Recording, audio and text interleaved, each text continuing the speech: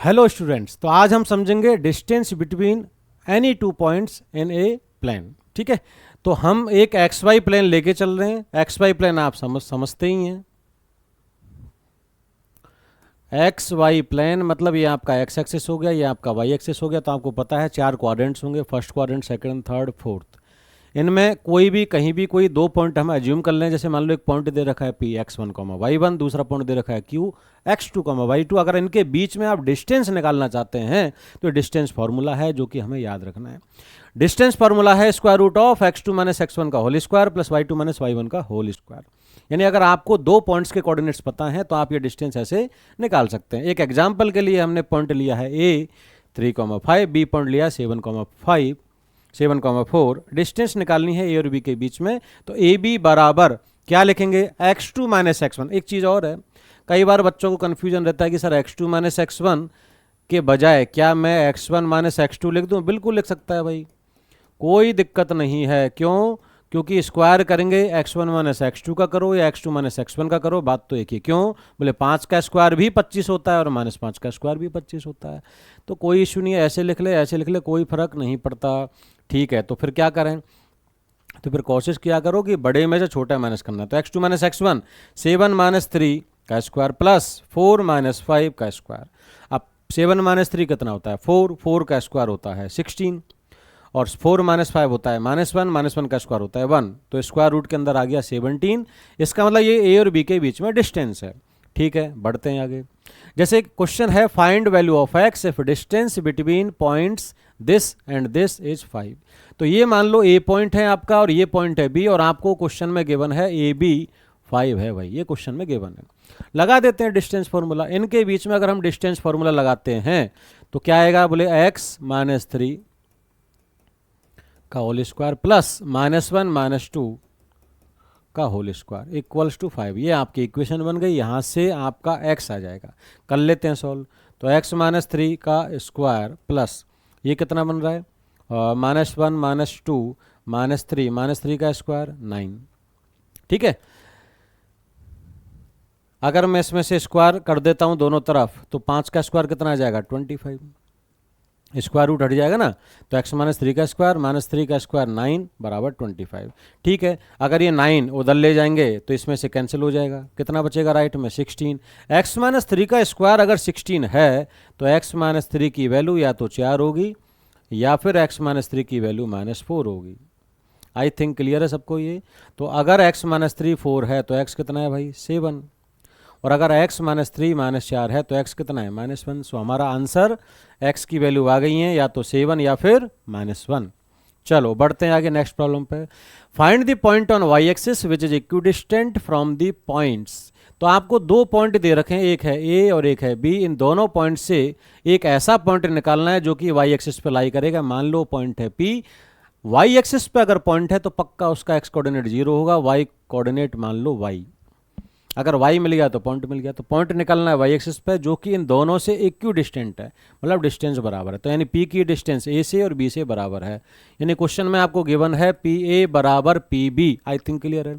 तो p और a के बीच में लगा दो डिस्टेंस फार्मूला। तो डिस्टेंस फार्मूला लगाओगे तो 0 माइनस 3 का होल स्क्वायर प्लस में आएगा y माइनस 5 का होल स्क्वायर इक्वल्स टू में आ जाएगा pb। तो यह आ जाएगा 0 माइनस -1 यानी 0 + 1 का होल स्क्वायर और y माइनस 6 का होल स्क्वायर। अब एक काम करते हैं, दोनों तरफ स्क्वायर कर देते हैं तो अंडर रूट हट जाएगा। -3 का square that is 9, y minus 5 का स्क्वायर ओपन करना पड़ेगा यहाँ पे। तो y माइनस 5 का स्क्वायर ओपन कर दो, y square minus 10y plus 25। इधर 1 का स्क्वायर 1 हो गया, y माइनस 6 का स्क्वायर ओपन करो तो y square minus 12y plus 36। यहाँ से अगर हम गौर से देखेंगे तो y स्क्वायर से सर y स्क्वायर कट गया। ठीक है, और माइनस के 10y उधर -12y, ये लेफ्ट में ले जाए माइनस के 12y तो यह आ जाएगा 12y minus 10y। y left में ले जाओ और बाकी सब राइट में ले जाओ। तो बाकी सब राइट में ले जाएं तो ये 36 + 1 दैट इज 37 और 25 + 9 34। तो राइट में आ रहा है 3, लेफ्ट में कितना आ रहा है 2y। तो 2y आ गया 3। तो y कितना आ रहा है भाई, y आ रहा है 3/2। y की वैल्यू मिल गई तो पॉइंट P मिल गया, पॉइंट आपका बन गया 0,3/2। सो आंसर इज आपका जो पॉइंट है वो क्या है 0,3/2। चलो बढ़ते हैं आगे नेक्स्ट। कुछ क्वेश्चंस आते हैं टाइप्स ऑफ ट्रायंगल्स में, कैसे बनते हैं क्वेश्चन समझ लेते हैं। जैसे आपको क्या है, आपसे कहा जाएगा क्वेश्चन में कि भाई एक ट्रायंगल है ABC जिसके कोऑर्डिनेट्स दे दिए जाएंगे, यानी इसके कोऑर्डिनेट्स पता है x1 y1, इसके x2 y2, x3 y3। फिर आप पता करो कि ट्रायंगल का टाइप क्या है, क्या ये इक्विलेटरल है, आइसोसेलेस है, या राइट एंगल ट्रायंगल है, ऐसा कुछ, या स्केलेन ट्रायंगल है। तो कैसे पता करेंगे, हम लगाएंगे डिस्टेंस फॉर्मूला। आप क्या करना, ए और बी के बीच में डिस्टेंस लगाना फॉर्मूला, फिर बी सी और सी ए, ऐसे ए बी बी सी सी ए की लेंथ निकाल लेना डिस्टेंस फॉर्मूला से, तो साइड्स की लेंथ पता चल गई। अगर ये तीनों साइड्स इक्वल हैं तो इक्विलेटरल ट्रायंगल हो जाएगा। अगर कोई दो साइड इक्वल हैं, तीसरी अनइक्वल है तो आइसोसेलेस हो जाएगा। अगर तीनों ही अनइक्वल साइड्स हैं तो स्केलेन ट्रायंगल हो जाएगा। अगर कोई दो साइड के स्क्वायर का सम तीसरी साइड के स्क्वायर के बराबर है तो ये राइट एंगल ट्रायंगल होगा।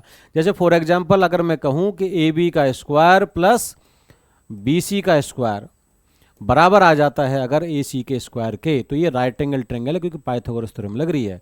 तो जैसे इस ट्रायंगल में अगर आप गौर से देखें तो जो हाइपोटेन्यूस है वो बनेगा ए सी, तो ये बन गया आपका ए सी, और ये पॉइंट हो जाएगा बी। तो बी पर ये राइट एंगल वर्टेक्स है। बी क्या है, राइट एंगल वर्टेक्स। ठीक है, एग्जाम्पल ले लेते हैं फटाफट। क्वेश्चन क्या कर रहा है, पढ़ो। Find the type of triangle which vertices are. तो आपको तीनों वर्टेक्स दे रखे हैं, तो जैसा मैंने आपसे कहा था बिल्कुल वैसा ही अपन करते हैं कि ए और बी के मध्य में दूरी सूत्र लगाते हैं, फिर बी और सी के मध्य में, और ए सी के मध्य में।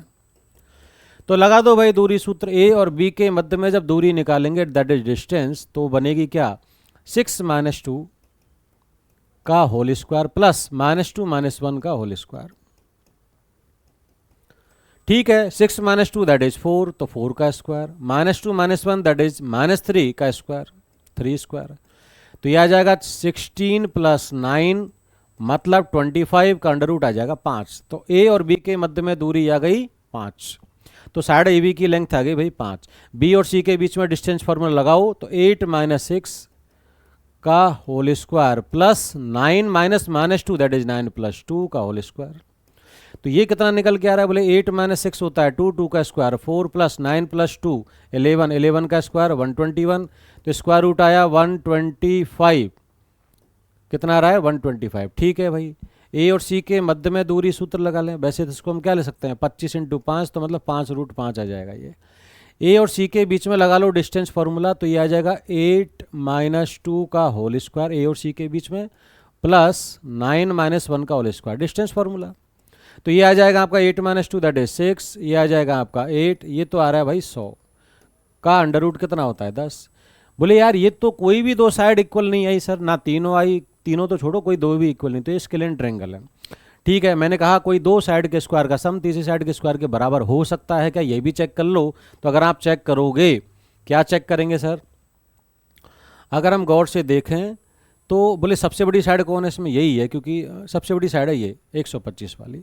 तो इसका स्क्वायर बची हुई जो स्मॉलर साइड्स हैं that is this and this, इनके स्क्वायर के सम के बराबर आ रहा है क्या। तो देख लो 5 का स्क्वायर 25 होता है और 10 का स्क्वायर 100 होता है, तो 100 + 25 125। बोले यार सर बात तो बन गई यार,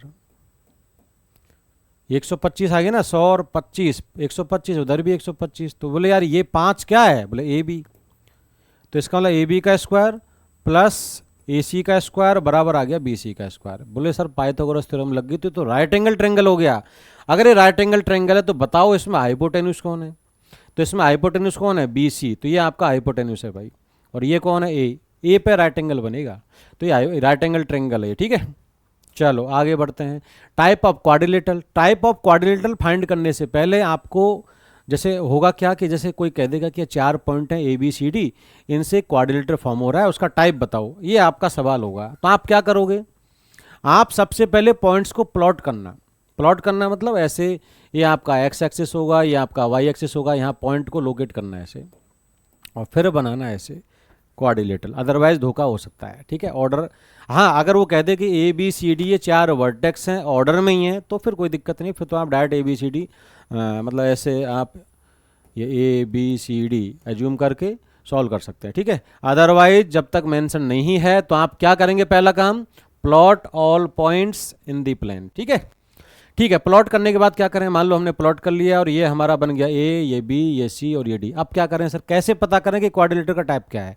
तो आप क्या करना, ये जो साइड्स की लेंथ है ना, सबसे पहले साइड्स की लेंथ निकालना, ए बी सी डी और A D, A B C C D और ए डी, ये चारों साइड की लेंथ निकालना डिस्टेंस फॉर्मूला से, क्योंकि आपको कोऑर्डिनेट्स तो दे ही रखे होंगे। ठीक है, ठीक है, चलो साइड्स की लेंथ आ गई। फिर क्या करें सर, फिर आप अपोजिट साइड्स चेक करना, यानी कि आप चेक करना ए बी, अपोजिट साइड कौन सी है, ए बी और सी डी। ए बी और सी डी अगर बराबर हैं एंड ये वाली बराबर हैं, दैट इज बी सी बराबर ए डी। अगर ऐसा है कि अपोजिट साइड्स इक्वल हैं, देन तो आप कह सकते हैं कि A B C D is a parallelogram. तो क्या बन जाएगा भाई, ये पैरेललोग्राम बनेगा। भाई समझ लो क्या बनेगा, पैरेललोग्राम। दिमाग में फिट कर लो, ये बहुत ही महत्वपूर्ण बात है। यानी आपको क्या करना है, समझ गए, पहले पॉइंट्स को प्लॉट करो, फिर साइड्स की लेंथ निकालो, फिर अपोजिट साइड्स को कंपेयर करो। अगर इक्वल आती हैं अपोजिट साइड्स तो आपका क्वाड्रिलेटरल हो जाएगा पैरेललोग्राम। ठीक है, अब क्या पैरेललोग्राम के अलावा भी कुछ सोचा जा सकता है? बिल्कुल सोचा जा सकता है। पैरेललोग्राम में 3 कैटेगरी होती हैं, 3 तरह के पैरेललोग्राम हैं। कौन कौन से हैं? सबसे पहले है रेक्टेंगल, इसके बाद है रोम्बस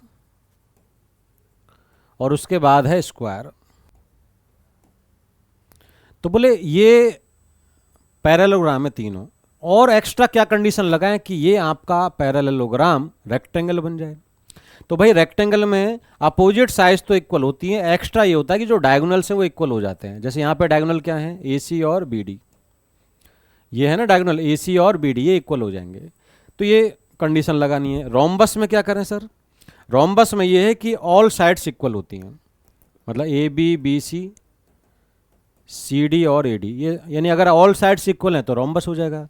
अपोजिट साइड्स इक्वल हैं एंड डायगोनल्स इक्वल हैं तो आपका रेक्टेंगल हो जाएगा। और भैया अगर सारी साइड्स बराबर हैं एंड डायगोनल्स भी बराबर हैं तो आपका क्या बनेगा, स्क्वायर। समझ गए, ऐसे चेक करना है। चलो चेक करते हैं फटाफट।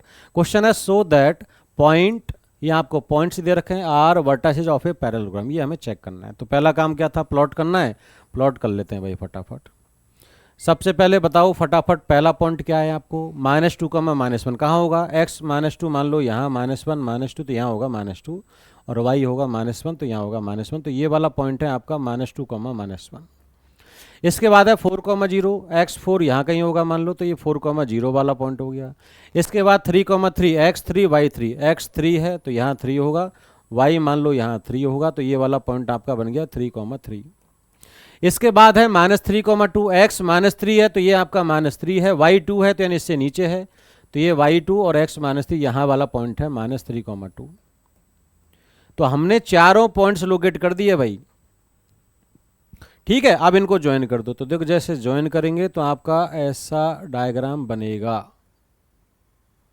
ठीक है, फिर इनके नामकरण कर दो, ये ए बिंदु है, ये बी है, ये सी है और ये क्या है, डी। फिर इसमें लगा दो दूरी सूत्र, ए बी सी साइड से निकाल लो, तो ए और बी के मध्य में लगाओ दूरी सूत्र, फिर बी सी डी और ए डी।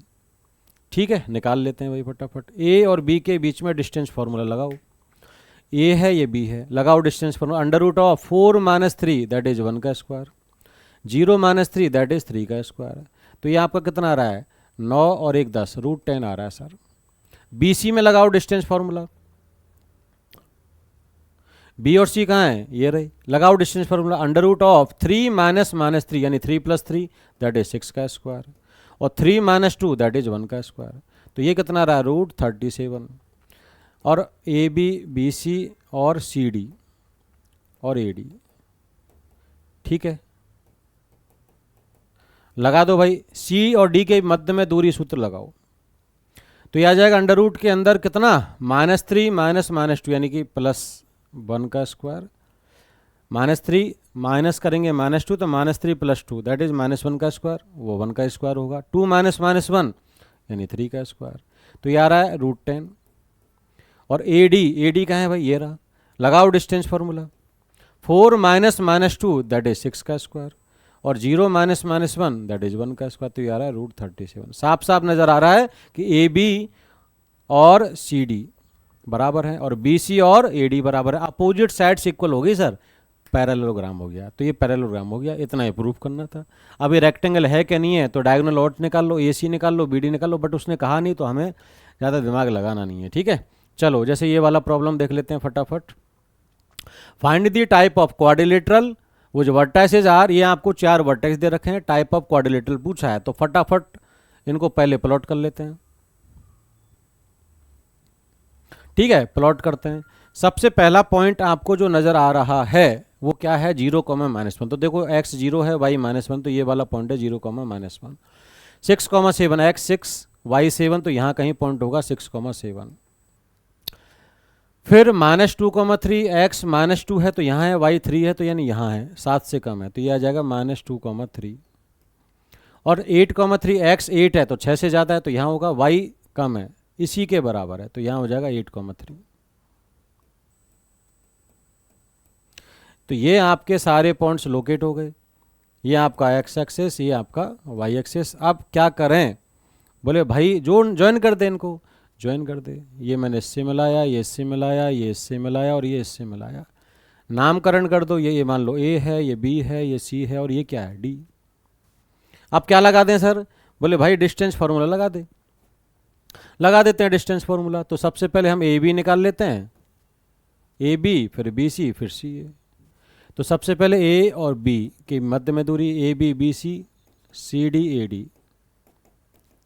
चलो आपको पता है कि क्वाड्रिलेटरल का टाइप निकालना है, ए और बी लगाओ डिस्टेंस फार्मूला। तो स्क्वायर रूट ऑफ 8 - 0 का स्क्वायर दैट इज 8 का स्क्वायर, और 3 - 1 दैट इज 4 का स्क्वायर। तो ये आ रहा है 64 + 16 मतलब √80। बी और सी के मध्य में दूरी सूत्र लगाओ फटाफट। 8 - 6 दैट इज 2 का स्क्वायर, और 7 - 3 दैट इज 4 का स्क्वायर। तो ये आ रहा है 16 और 4 20 √20। सी डी, सी और डी के मध्य में दूरी लगाओ, तो 6 - -2 दैट इज 8 का स्क्वायर, और 7 - 3 दैट इज 4 का स्क्वायर। तो ये तो वही है, √80 आ गया सर।